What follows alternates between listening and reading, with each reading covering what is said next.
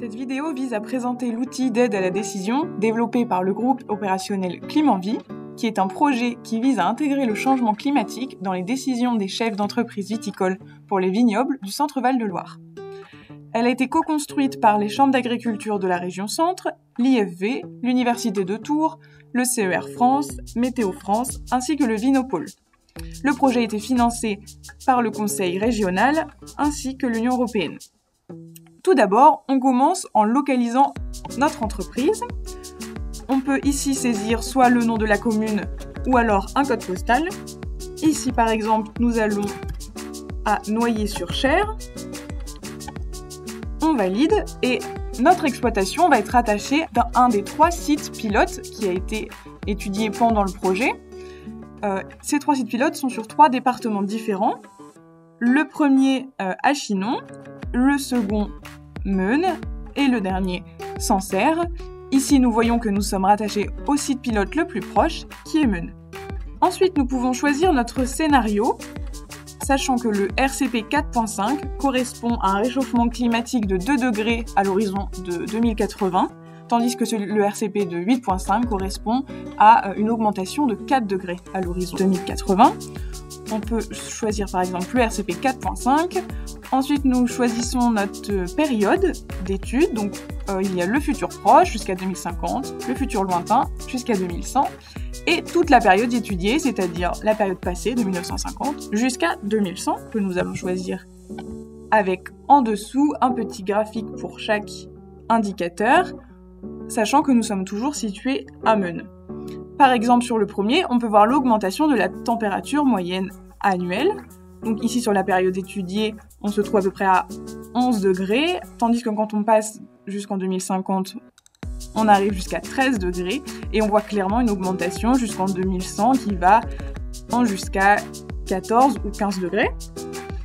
Juste à côté, vous pouvez voir l'indice de Winkler, avec la période passée en moyenne 1200 degrés jour, tandis que quand on passe en 2050, on passe à 1500 degrés jour, et jusqu'en 2100, on arrive à une moyenne de 1750 degrés jour.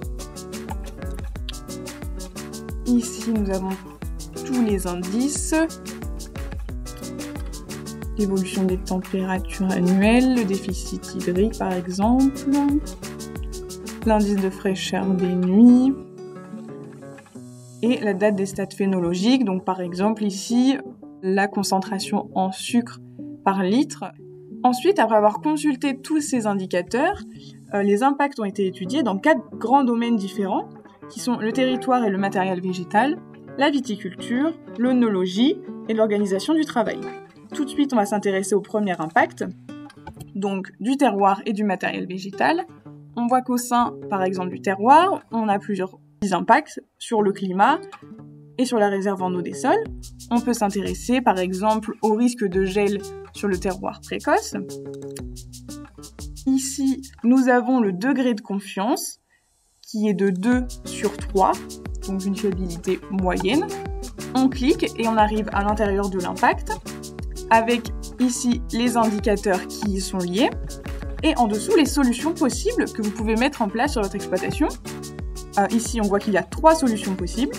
Pour chaque solution, vous avez des petits indicateurs qui, ici, par exemple, nous montrent que les coûts sont modérés, que la disponibilité foncière est moyenne et que cela diminue les effets de gaz à effet de serre. Sachant que pour chaque indicateur, il y a 3 couleurs différentes qui sont de l'impact positif à l'impact négatif en rouge, sachant qu'il y a 12 indicateurs.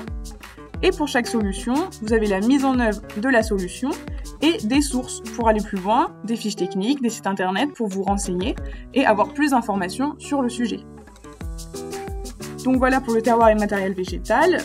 Il y a aussi les impacts sur l'œnologie qui ont été étudiés, toujours en catégorie. On peut voir ici la maturité et les vendanges des raisins en période chaude, les solutions possibles à mettre en place. Ici par exemple les vendanges nocturnes, on a un nouvel indicateur avec la pollution visuelle et sonore.